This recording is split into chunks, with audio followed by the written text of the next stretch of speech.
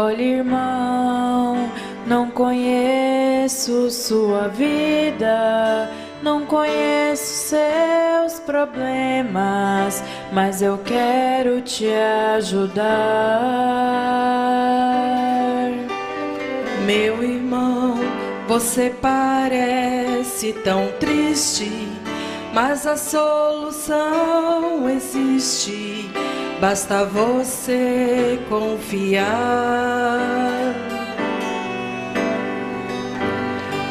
Mesmo que você errou, Ele não te abandonou. Ele quer te perdoar.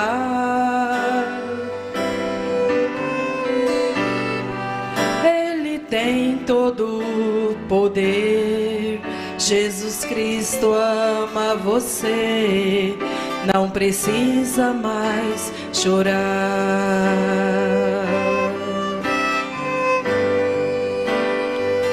Jesus te ama,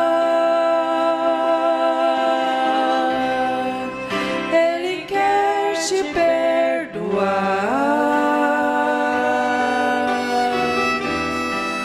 não precisa mais chorar.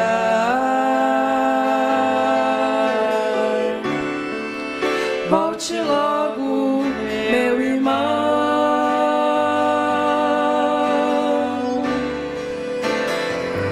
Jesus te ama, Ele não te abandonou.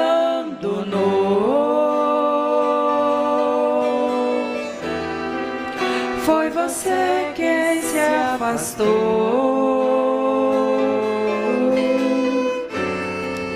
Volte logo, meu irmão.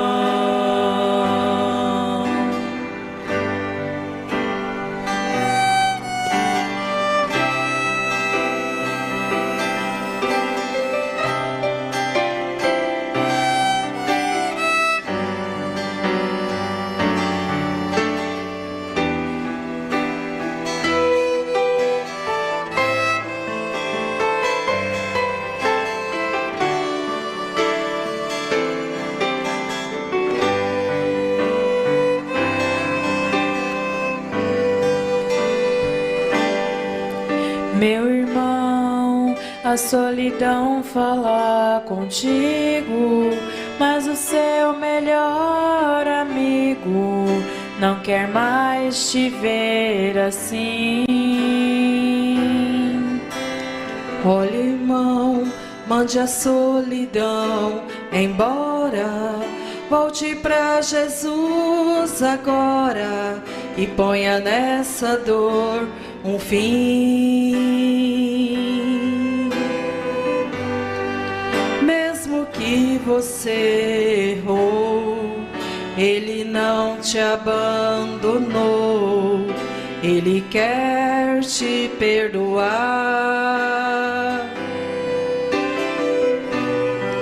Ele tem todo o poder. Jesus Cristo ama você, não precisa mais chorar.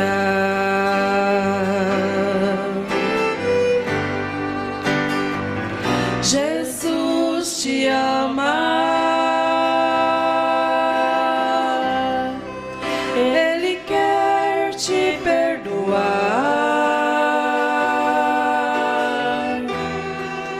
não precisa mais chorar.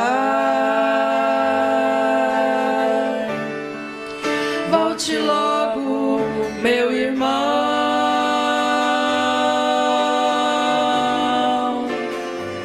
Jesus te ama, Ele não te abandonou.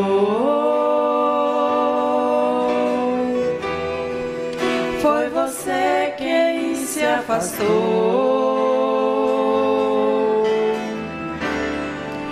Volte logo, meu irmão.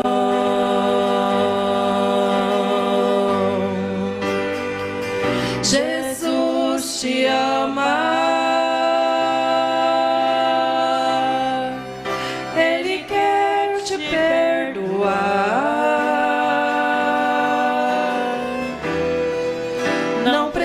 precisa mais chorar.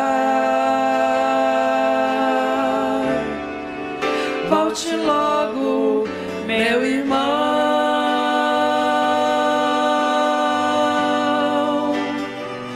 Jesus te ama. Ele não te abandonou. Foi você quem se afastou. Volte logo, meu irmão.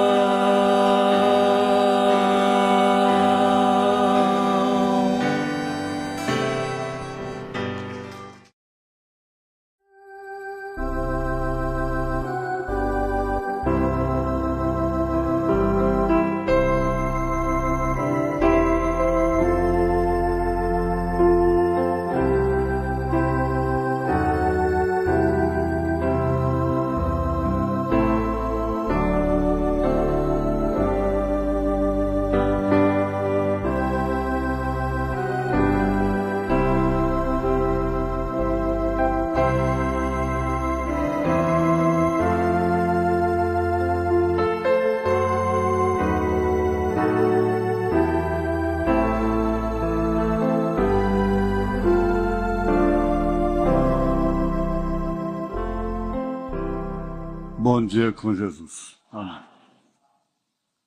Temos uma pergunta aqui muito simpática e que pode contribuir para toda a igreja. São duas perguntas. Gostaria que o senhor me respondesse duas perguntas. Primeira, se o esposo está desempregado e eu trabalho, eu posso entregar o dízimo no nome dele? Ele fica triste por não poder entregar o dízimo. Gostaria de saber sobre isso. Não tem nada mal só entregar em nome dele, ou ele entregar o seu dízimo. De qualquer maneira, vocês são um, né? Deixa ele entregar o dízimo dele. De qualquer maneira, é seu, de qualquer maneira, é dele, não? Eu sou professora, tenho que trabalhar na festa junina, posto de dever, entre parênteses, né? Posto de dever. Eu gostaria de saber se é certo eu comer daquelas coisas que tem lá, salgados, churrasquinhos, pé de moleque, etc. Aqui ela dá a resposta aqui. A Bíblia diz que não devemos comer coisas sacrificadas aos ídolos, e essa festa é em homenagem a Santo Antônio, São João, São Pedro.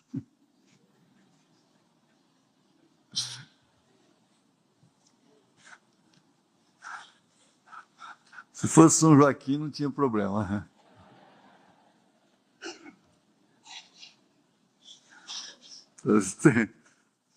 A irmã minha já deu a resposta, não é? Será que existem ídolos ainda? Existem. Se existem, são estes. Ídolos do futebol, da televisão, do cinema, né? E tantas outras coisas. A idolatria está em todas as partes. Mas é uma coisa fétida que existe nessa nação e se exala como um mau cheiro terrível, uma força negra. Explica-me, o diabo e o anjo, Lúcifer, que já existia antes da serpente, ou se tornou o diabo depois que Deus amaldiçoou a serpente? Olha, isso aí vai entrar num estudo específico que, aliás, até comecei e parei por razão, não sei. Se Deus permitir, a gente vai continuar. Esse estudo vai entrar nesses anjos decaídos, esses anjos que foram precipitados, o diabo e seus anjos. Sem dúvida alguma é Lúcifer, e ele foi mesmo destituído quando ele quis fazer uma coisa melhor do que Deus. Sempre é o que ele faz. Fazer uma coisa mais perfeita, melhor que Deus. Lúcifer não tentou fazer um inferno. Ele pensou em fazer um céu melhor do que o que Deus tinha feito. É aonde então a coisa se desarranja. Ministérios são próprios para isso, fazer mais perfeito do que ele. E assim por diante. E, em todos os campos da vida, Lúcifer mostra esse instinto dele, de fazer melhor. E ser agradecido é um segredo muito grande. Não se sujeitar a ficar escravo, a caprichos e coisas assim. Porque a verdadeira pessoa que levanta, que lidera, que tem, ela não deseja também estar pisando em ninguém. Mas a alegação de todos esses que cospem no prato é essa. É que porque quer ser o único, coisa e tal. Mas, na verdade, esse é um pretexto que Deus odeia. Se Deus odeia uma coisa, é isso.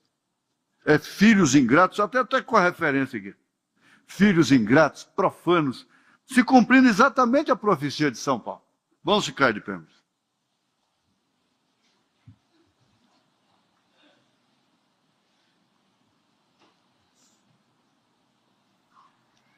Oxalá me suportasseis um pouco na minha loucura. Suportai-me, porém, ainda. Foi a escritura anunciada, né? 2 Coríntios, capítulo 11, a partir do verso 1, não é? Oxalá me suportasseis um pouco na minha loucura. Suportai-me, porém, ainda. Porque estou zeloso de vós com o zelo de Deus. Porque vos tenho preparado para vos apresentar como uma virgem pura a um marido, a saber, a Cristo. Mas temo que, assim como a serpente enganou Eva com a sua astúcia, assim também sejam de alguma sorte corrompidos os vossos sentidos e se apartem da simplicidade que há em Cristo. Porque se alguém for pregar-vos outro Jesus, que nós não temos pregado, ou se recebeis outro Espírito que não recebestes, ou outro Evangelho que não abraçastes, com razão sofrereis. Porque penso que em nada fui inferior aos mais excelentes apóstolos. E se sou rude na palavra, não sou contudo na ciência. Mas já em tudo nos temos feito conhecer totalmente entre vós. Porque porventura, humilhando-me a mim mesmo, para que vós fosseis... Como? Sétimo. Voltar no sexto.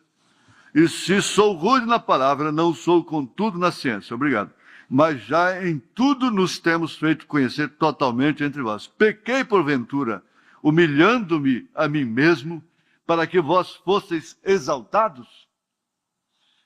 Porque de graça vos anunciei o Evangelho de Deus? Outras igrejas despojei eu para vos servir, recebendo delas salário.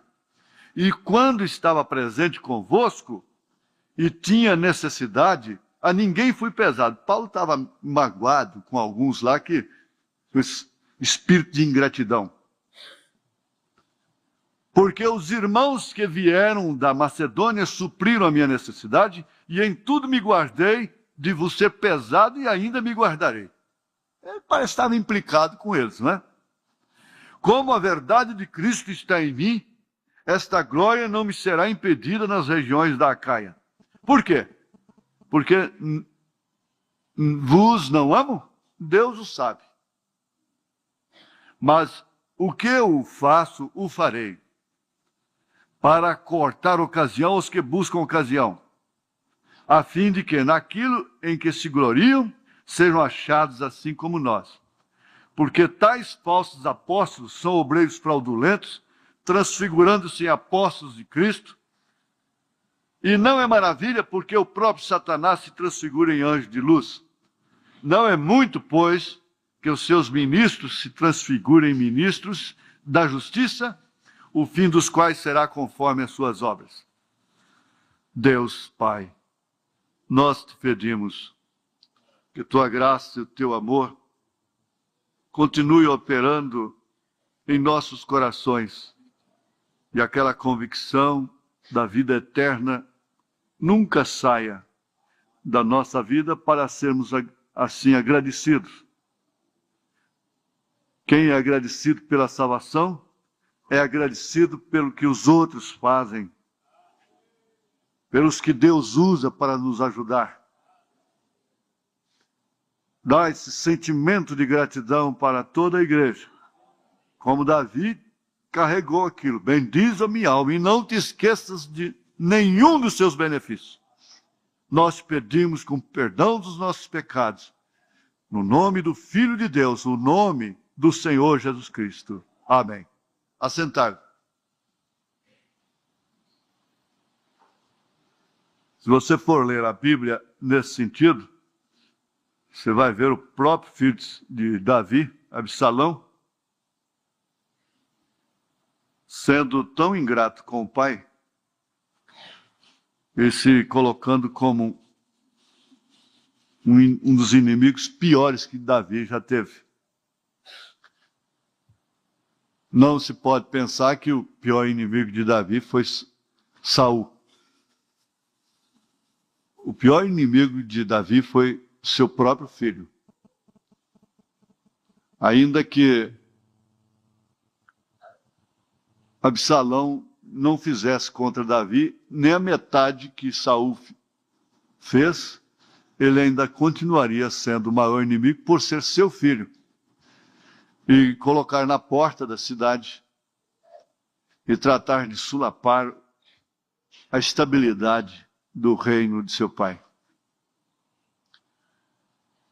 E você preste bem atenção conforme o Senhor nos inspirou na oração. Ninguém tem que ficar sujeito a capricho de ninguém, por isso não é todo favor que se recebe.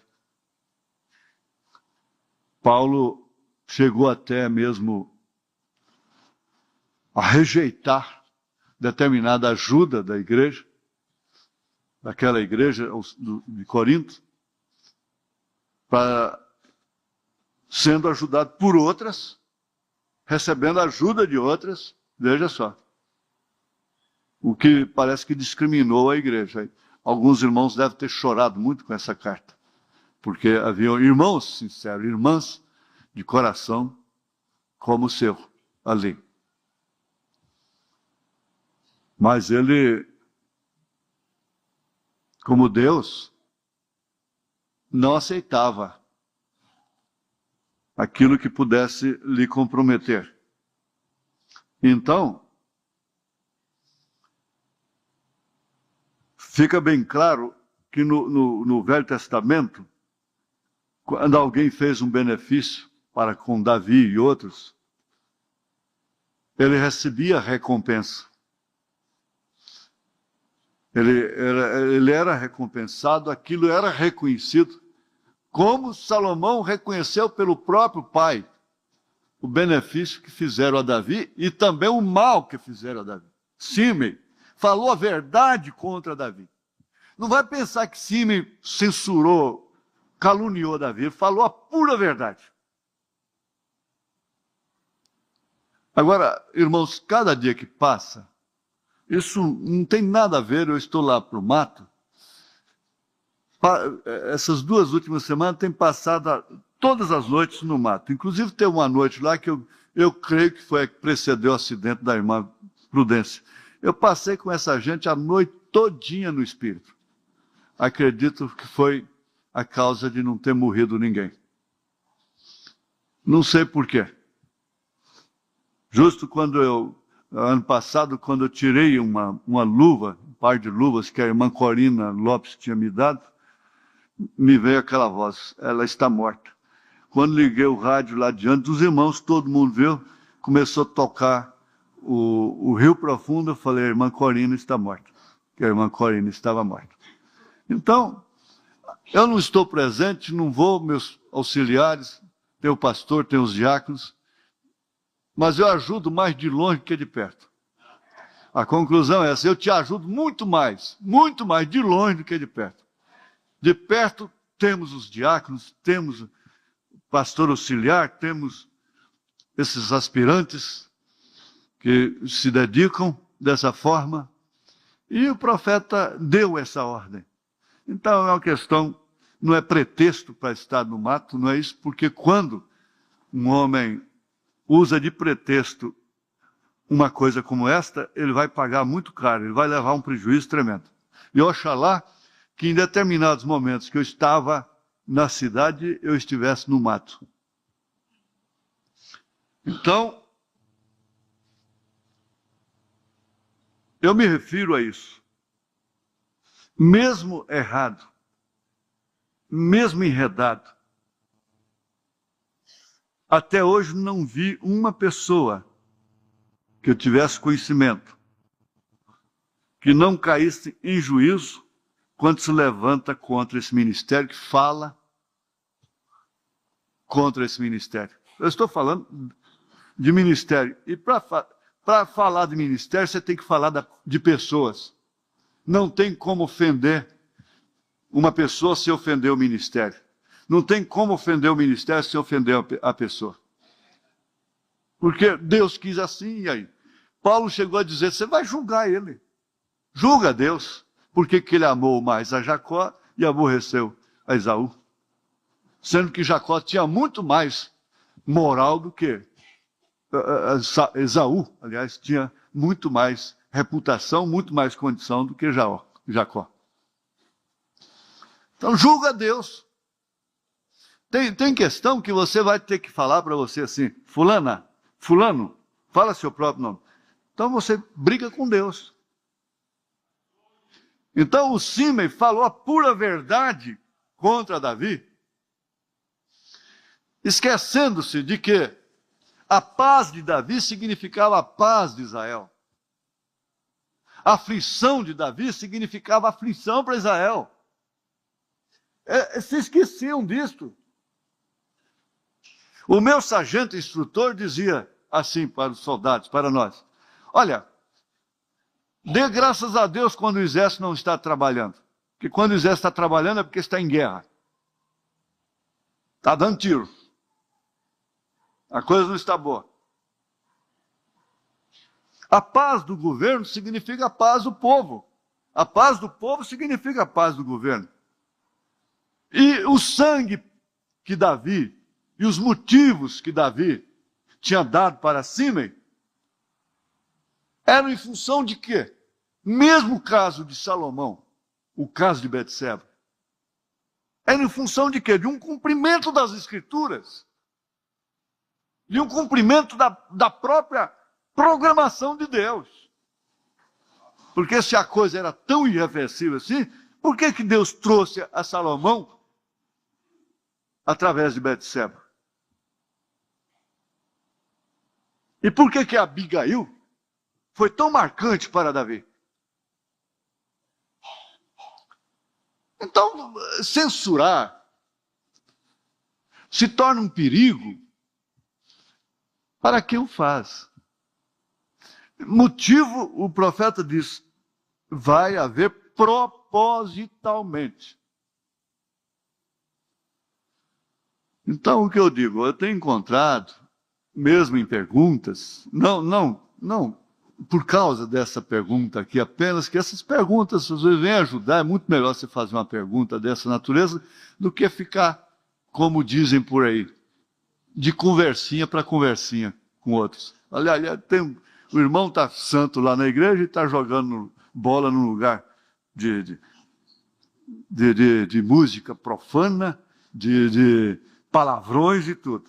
Olha, na verdade, esse irmão não vai ficar muito tempo naquilo. Você pode ter certeza, porque se ele tem o Espírito de Deus, ele não vai sentir-se bem naquilo. O mal que aquilo está fazendo não justifica o bem que ele faz.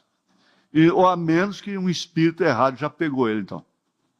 Porque, na verdade, existe um espírito de bola.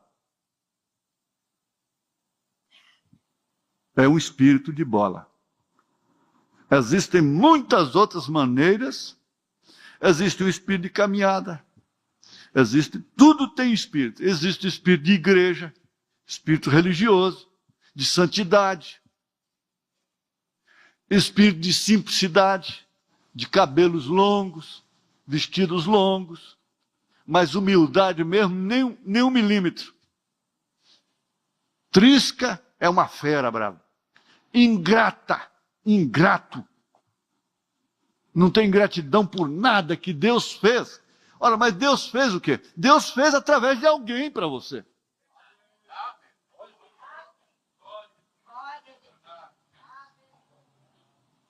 Não há gratidão de marido pela esposa, com todos os defeitos dela. Um dia deixa eu chegar assim e dizer, olha, minha velha, sabe de uma coisa? Eu estava pensando, eu sou um homem mal agradecido. Apesar dos pesares, você é minha companheira há tantos anos. Me deu tantos filhos. É a razão da minha vida. Eu teria uma outra. De que jeito seria essa outra? Essa outra seria o quê? Eu teria queixas contra ela também. E por certo seria 1000 vezes pior do que essa. É difícil uma mulher chamar o marido e dizer, olha, eu tenho sido assim, assim, assim, mas na verdade eu devia agradecer a Deus. Eu tenho que agradecer a Deus por você. Nós temos tido tantas dificuldades e tudo, mas você é o homem da minha vida. Eu estava dizendo para uma irmã, diz, olha, minha filha, é uma filha, né? Cuidado, tome cuidado com isso, porque há milhões no mundo que dariam tudo, milhões de mulheres que dariam hoje tudo para ter a metade que você tem. E você está correndo o risco de empurrar. E normalmente, filhas, é o seguinte, elas empurram o marido para o abismo, elas criam o abismo, elas criam a imagem daquilo. E desperta aquele mal na vida do marido. Chama aquele espírito para cima do marido. Compreende? Empurra o marido para fora de casa, depois são vítimas. As pobres vítimas da sociedade. Todo mundo olha como uma vítima. Mas quando ela estava empurrando o marido, ninguém via. Se tem uma coisa que deve ser conservada nesses dias, com unhas e dentes, não com ciúme, mas com a sabedoria, com a confiança, com a oração, com a gratidão, é o casamento. Porque o resto não presta mais nada. Enquanto você tiver seu marido como um homem de Deus, um homem limpo, você vai agir com ele da mesma forma. Mas no dia que ele cair da sua concepção, como um homem de Deus, um homem temente, como seu esposo, sua cabeça, como um homem honrado, então você pode saber, ali seu lar vai começar a ruir, vai acabar. E você vai trabalhar contra ele próprio, seu próprio casamento. Aí depois é a vítima. É a pobre vítima. Agora, Deus sabe realmente de todas as coisas. E Ele pregou através do seu apóstolo esse sentimento de gratidão. Tudo em função da ingratidão que opera nesses dias. Não há homem que governe, que não tenha defeito, que não vai ser. Não há nenhum líder que você não vai ter uma pinta. Isso é desde o Éden. Salomão disse isso. Não existe na terra. Por isso que você não pode pôr homem algum como seu alvo para os céus. Homem nenhum, nem Joaquim Gonçalves, nem William Branham, nem ninguém. Ele falou isso. Você tem que pôr a Cristo. Jesus Cristo, a palavra. Sabendo que ele pode usar os homens e depois dizer... E aí, você agora tem que falhar para o povo tirar a atenção de você. Para ver quem que era crente em você e quem era crente em mim. A morte do irmão Branham. Você já viu essas mangueiras quando carregam muito, aquelas manguinhas novinhas, que peca e dá um vento, fica forrado o chão. Foi assim, forrou o chão. De gente que vivia idolatrando o irmão Branham. Por causa da natureza da morte. Se ele morresse assassinado, pelos comunistas, coisa e tal. Aí, então, né? Mas acidente de automóvel, passaram 3 dias. Eles disseram, não, ele vai ressuscitar no 3º dia. Porque, na verdade, o que ele fazia era só Cristo mesmo que podia fazer na Terra. Então, ressuscitar no 3º dia seria normal para aqueles que viram e acompanharam o ministério do irmão Branham. Seria uma coisa normal até. Esperaram os 3 dias, não veio. Caiu outra leva. A chuva. Caiu tudo. Quando passa 7 anos, não, é 7 anos, coisa e tal, tem essa confusão entre 7 dias, 7 anos, caíram outros. E vem vindo assim, 77, não veio. E depois passaram, não, houve um engano de matemática, coisa e tal, era no meio do ano de 94, inclusive eu peitei sozinho lá em Brasília, peitei sozinho. Falei, ele não virá e vão ficar com a cara grande aí. Estamos aqui em 96. Vocês veem que eu nunca pensei em data aqui. Vocês nunca viram pregando data aqui. Vocês nunca viram isso. Mas agora, quando nós estamos obedecendo, crendo realmente que aquilo que Deus disse, espere acontecer, de acordo com os acontecimentos, nós temos de entender uma coisa. A igreja não vive mais para a ordem social do dia. Isso é difícil de ser entendido. Não vive, não está... Como a ordem social não considera essa igreja noiva. Como ninguém. A ordem religiosa não considera isso aqui, a mensagem, como igreja. É como um grupo de falsos. Só que os incomoda. O espiritismo não incomoda as denominações, Buda não incomoda, Maomé não incomoda, Candomblé não incomoda, Universal não incomoda, a Casa da Bênção não incomoda, mas o tabernáculo incomoda. Eu não sei por que incomoda. A mensagem incomoda essa gente. Eu já disse até no rádio, gente, se a gente é falso, então deixa para lá, né? Deixa para lá, é falso mesmo. Isso é próprio dos falsos. Deixa a minha vida para lá, então. Deixa a mensagem para lá. Mas está incomodando e vai incomodar. E você sabe perfeitamente que se ainda há chuva, se ainda há mercado cheio, se ainda você vai ouvir blam, blam, blam, blam, blam, blam, blam, blam, blam, blam, blam, se você ainda pode jogar futebol, se você ainda pode ver novela, se você ainda pode... o mundo, né? Se a pessoa ainda pode ver novela, se a pessoa ainda pode ir para a Olimpíada, para a Copa do Mundo, para bailes, para carnaval e tudo, graças a essa igrejinha.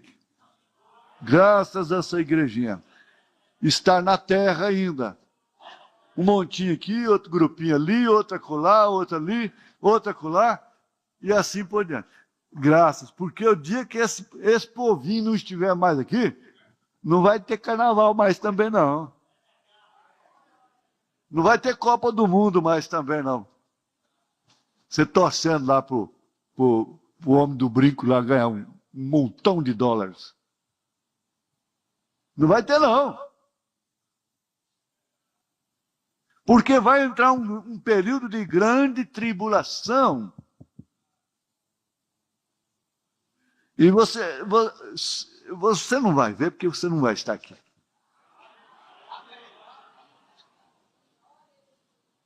Ninguém queira ficar aqui no período da grande tribulação. Ninguém queira. Você está achando, mas me feriu, fez isso, falou isso de mim, falou isso, aquilo. Foi ingrato comigo, foi ingrato. Isso não é nada, isso não é nem dor de dente, isso é uma coceirinha em relação à grande tribulação.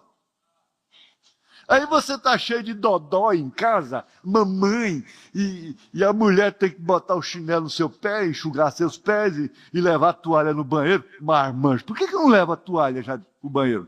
Por que não leva o sabonete? Chega lá e fica lá, dando murro na parede. Lá. Ei, cadê a toalha daqui? Cadê o sabonete? Peraí, bem, o arroz está queimando aqui. Traz isso aí logo! Eu quero ver lá. Aí acaba tudo. É onde a gente chega à conclusão que tudo que a gente está fazendo não passa de fantasia hoje. Não passa de fantasia, porque a realidade é outra coisa muito diferente, ela é concreta. Continua plantando suas batatas. Você está estudando? Continua estudando. Mas tem uma coisa, você está escutando mais o que o Espírito está dizendo do que o que a voz da razão está dizendo. Você está de prontidão. O quartel está em alerta. Agora, essa igreja de Corinto, eu estava pensando, isso me veio agora de manhã, porque o nosso assunto é primeiro selo e eu só tenho 20 minutos de resto. Paulo teve muitos problemas com essa igreja. Aí, irmã, às vezes na hora que você tem para ler a Bíblia mesmo, você não lê. Você acha de ler justamente na hora que você não deveria estar lendo, o que é um desrespeito, não é? Então preste aqui atenção. Oxalá me suportasseis um pouco na minha loucura, suportai-me, porém, ainda. Porque estou zeloso de vós com o zelo de Deus, porque vos tenho preparado para vos apresentar como uma virgem pura a um marido, a saber, a Cristo. Então me veio isso, interessante, essa igreja com todo o problema, com todo o chicote que Paulo deu para ela, ele tratava ela como noiva. Não tratou ela como denominação, como chiqueiro. Ele estava zelando dela para apresentá-la como uma noiva virgem, como uma virgem, veja só, a um marido, a Cristo. E foi aqui onde começou a diferença no primeiro selo, parágrafo 9. Qual foi a diferença em relação? Paulo disse, o irmão Branham disse, se tenha isto presente em relação à igreja. Igreja e noiva. Há uma igreja e há uma noiva. E a essa igreja, essa noiva, é exatamente essa virgem que Paulo estava trabalhando para apresentá-la a Cristo. Então você tem que prestar atenção nisso, que apesar da igreja de Corinto ter os problemas, ser custosa como era, Paulo trabalhou por ela, dedicou-se a ela como quem estava se dedicando à noiva de Cristo, à esposa de Cristo, à Virgem de Cristo. E há uma igreja e uma noiva. Eu quero deixar isso bem patente, repetir quantas vezes for necessário.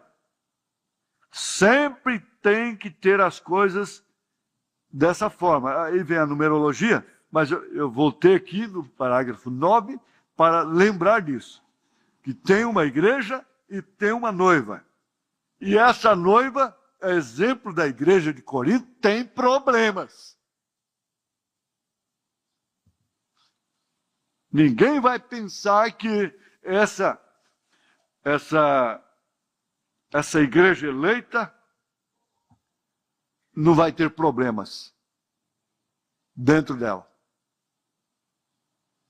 Vai ter, sim, dificuldades. Vai ter esse rapaz, essa moça, esse pastor, esse diácono, essa gente, humanos como somos, sujeitos às mesmas paixões, como está escrito a respeito de Elias, do próprio Elias, o qual Deus arrebatou, trasladou, carregou, sem provar da morte.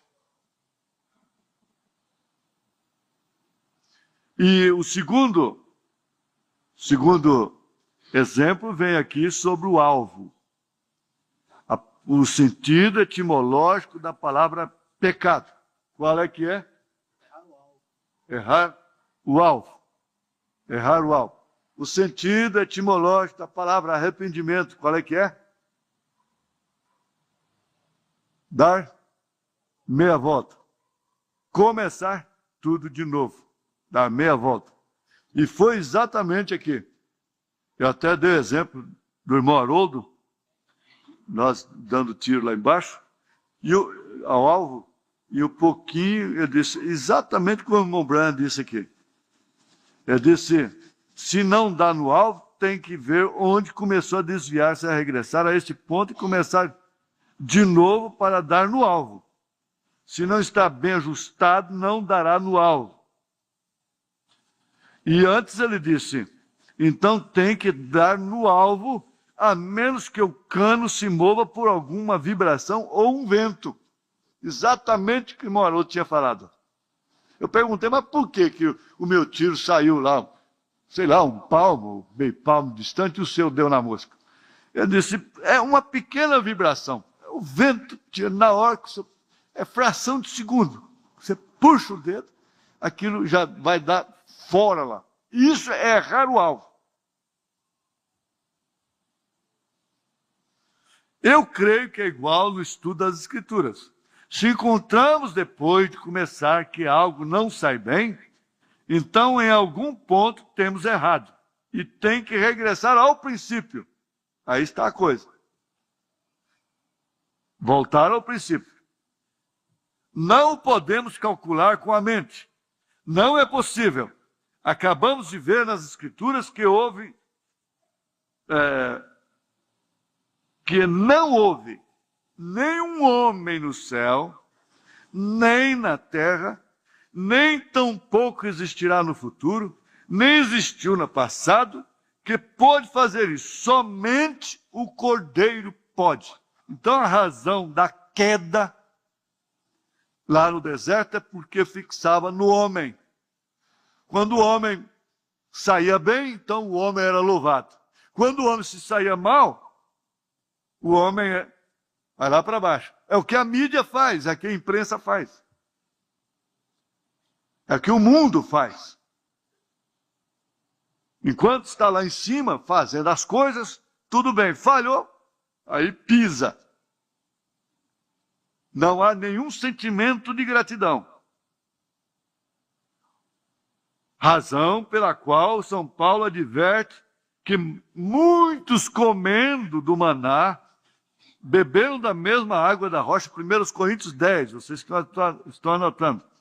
Pereceram. Por quê?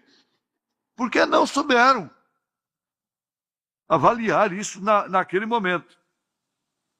Então coloca-se o homem. Mas não, esse aqui, o primeiro selo, está mostrando que não tem homem no quadro. Não podemos calcular com a mente, não é possível. Acabamos de ver nas Escrituras que não houve nenhum homem no céu, nem na terra, nem tampouco existirá no futuro, nem existiu no passado, que pode fazer isso. Somente o Cordeiro pode. Mas vocês têm que crescer, se houver tempo, sabendo disso. Não houve nenhum homem no céu, nem na terra, no passado, no presente, e nem haverá no futuro, que possa determinar o nosso destino eterno. Que possa ser alvo para nós. Quando você põe o alvo no homem, você já está errando. Porque errar o alvo não significa somente errar o tiro. É atirar vamos dizer, no urubu pensando que é a pomba. Então tem um alvo errado. Às vezes acerta no alvo, mas é um alvo errado. E a revelação dos selos é que fazem essa diferença. Isso aí, a revelação dos selos, outra coisa que vocês podem fechar os olhos e dizer, isso está dentro da terceira etapa. Isso é a terceira etapa. A revelação dos selos. Lá na frente nós vamos encontrar isso. E nesse encontro, esses selos vão ficar mais aguçados, vai ficar mais... Esse encontro vai ser em torno das 7 eras, como a parte básica, e o resto tudo dos selos, só os selos, é o encontro dos selos. Então, olha, preste bem atenção. Não houve nenhum homem no céu, nem na terra, nem tampouco existirá no futuro, nem existiu no passado, que pôde fazer isso. Se pôde fazer isso. Esse pôde fazer isso significa para nós, pode fazer isso. Abrir o livro para nós. Individualmente. E vocês têm que ser agradecidos. Pelos pais que vocês têm. Porque por causa de seus pais é que vocês estão aqui. Vocês precisam ser agradecidos mesmo. Quando quiser reclamar alguma coisa, ficar emburrado, emburradinha, lembra, Deus fez muita coisa para mim. Eu tenho mais que agradecer do que reclamar. Através de meus pais. Porque conhecer isso aqui, meus filhos, não é para qualquer um, não. Eu disse, olha, Santos Dumont ressuscitar hoje, qualquer um menino vai dar lição para ele de avião. Ele vai perguntar, o que é esse risco no céu branco aí? Ele vai dizer, isso é o jato, passou aí, ó. Você não sabia disso? Ele vai perguntar o que é o jumbo lá, o 747, outros, até o 737. Ele não entende nada daquilo. Se Lutero ressuscitasse hoje, ele ficaria boquiaberto aqui ouvindo uma palestra como essa. Ele vai pensar assim, meu Deus, no meu tempo, só de falar que a salvação era de graça, acabou que desaparecia de uma hora para outra. Você para nisso aqui.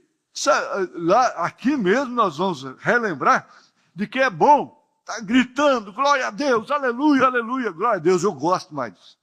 Gosto mais da festa. E quando não tem festa, eu digo, a lenha está molhada.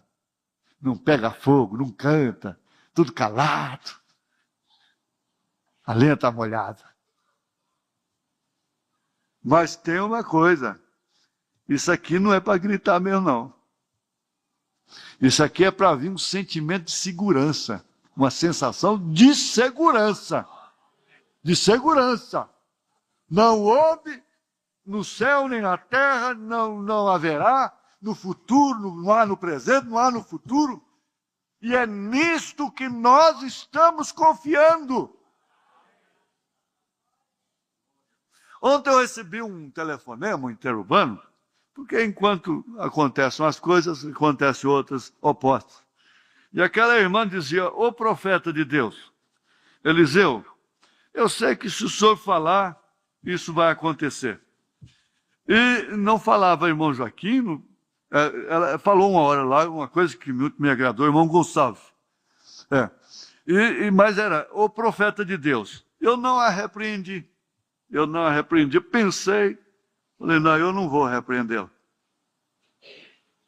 Ô Eliseu, Eliseu, faz isso, coisa e tal, e naquela maior sinceridade do mundo. Eu sou uma membro aqui de uma família que é do véu, da congregação do véu, não aceita a mensagem. Eu sou alimentada pelo rádio, viu, profeta de Deus? Viu? O senhor é o Eliseu, você sabia disso? O senhor é Eliseu? Ó, irmã, tudo bem, glória a Deus, só tem uma coisa, que se não vier um assim diz o Senhor para mim, eu não vou falar nada para a senhora, tá bom?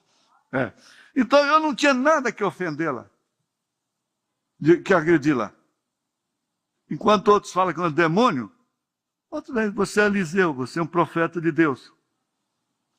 Tudo bem, o Senhor te recompensa por isso. E eu dedico isso ao irmão Branham, dedico isso a Eliseu mesmo, dedico ao corpo de Cristo, porque Eliseu representa a noiva. Compreende? Mas não tem homem, não tem, nem no passado, nem no presente, nem no futuro.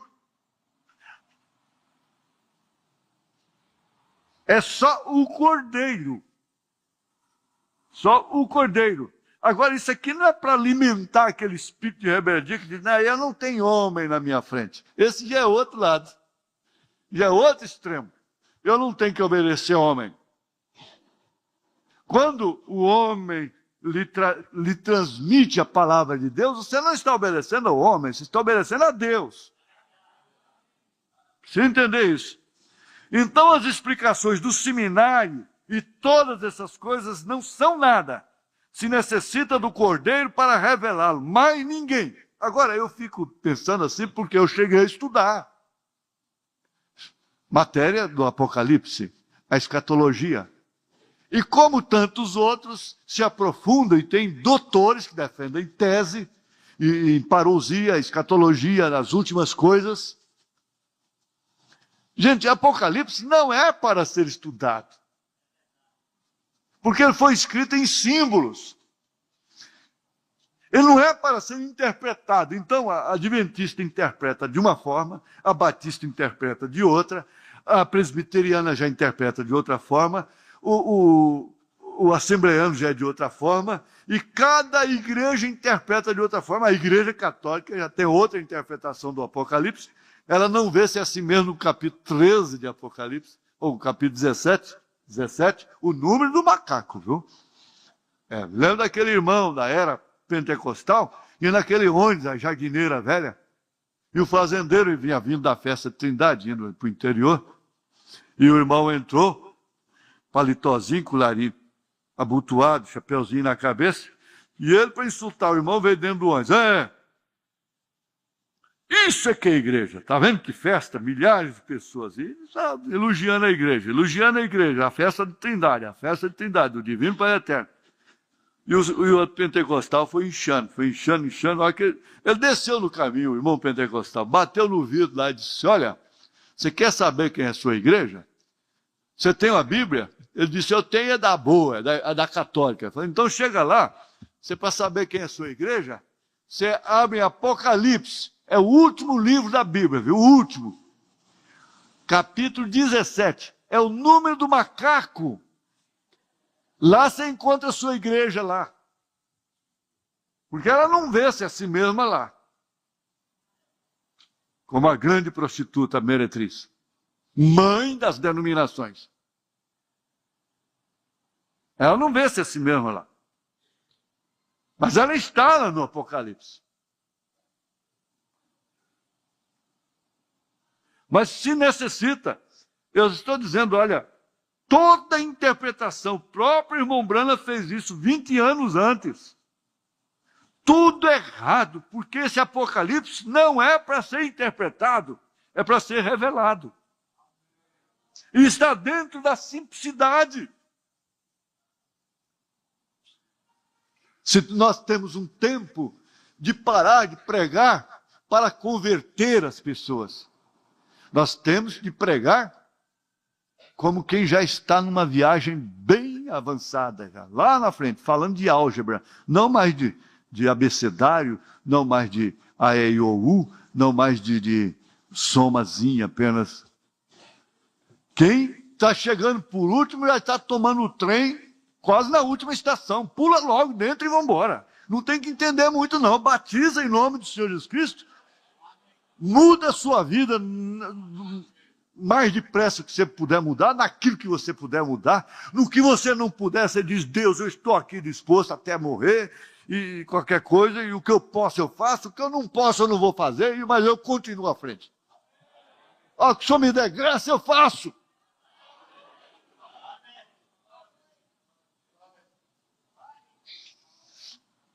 Está escrito, quem revelaria isso? Está escrito. Mais nos dias. Isso não é velho, isso não fica velho. Essa velha Bíblia nunca fica velha. A velha Bíblia nunca fica velha. Mas nos dias da voz do sétimo anjo, quando tocar a sua trombeta, que é a mensagem, se cumprirá o segredo de Deus, como anunciou os profetas, seus servos. Então fica por aqui. Dessa feita, fica por aqui. 25. Próximo domingo já é ceia, né? Já é mês 9. Já vai para setembro, hein? Próximo domingo já, né? 25 mais 8, 33. Então domingo que vem é 33. É 33, homem. Poxa, 25 mais 8. Na minha conta dá 33. Então domingo que vem é 33. E nós vamos ter a ceia do Senhor. Quando eu vi isso aqui, vocês podem dizer assim, mas ele é encabulado com esse São João, esse Apocalipse 5. Mas, de fato, você fica enamorada dele, enamorado. Você medita hoje, medita um pouquinho nesse Apocalipse 5.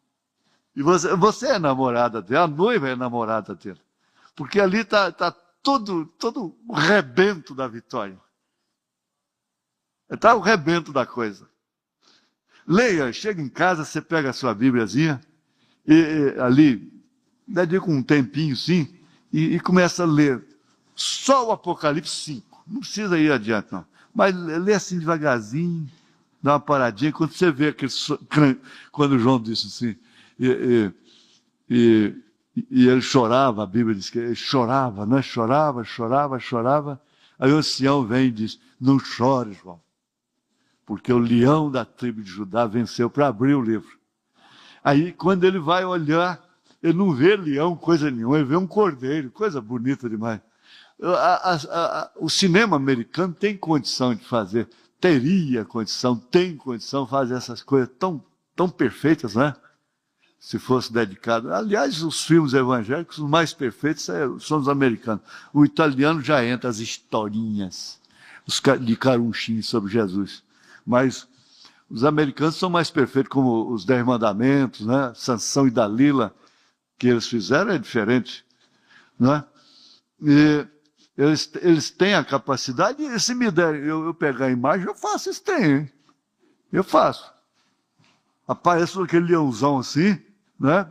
E de repente, é só ter equipamento. Equipamento, se eu tivesse, eu faria. E João vai olhar assim, e o leão desaparece, aparece um cordeiro com 7 pontas. Você pode fazer isso na mente. É o Apocalipse 5. Me dá o material para ver o que sai.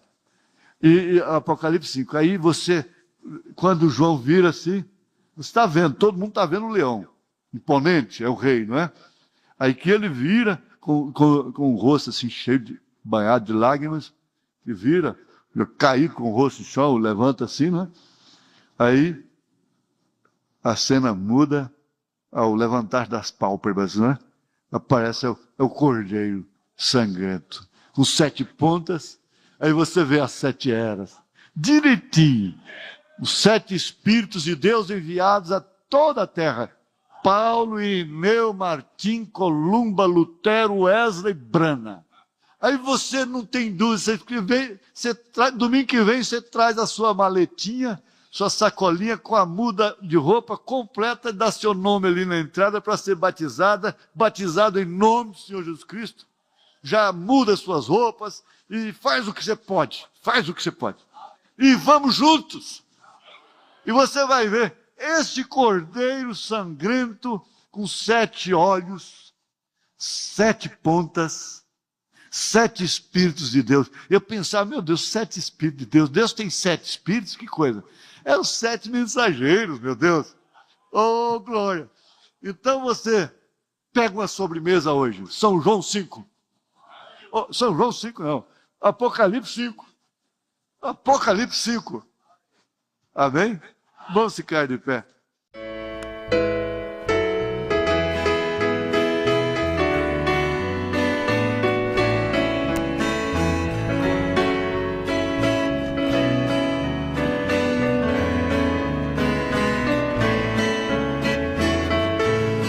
Mais alto que o sol, mais alto que a lua, eu quero morar.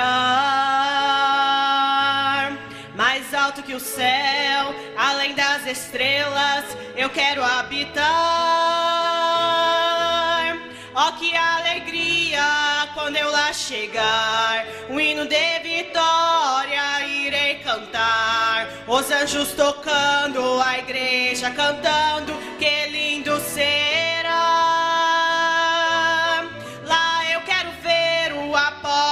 João, quero ver Isaac, também Abraão, mas primeiramente quero ver Jesus, que morreu na cruz pra me dar salvação. Eu sinto Deus está falando no meio da igreja. Eu sinto Deus está falando no teu coração. Eu sinto Deus está falando no meio da igreja. Eu sinto Deus está falando no teu coração.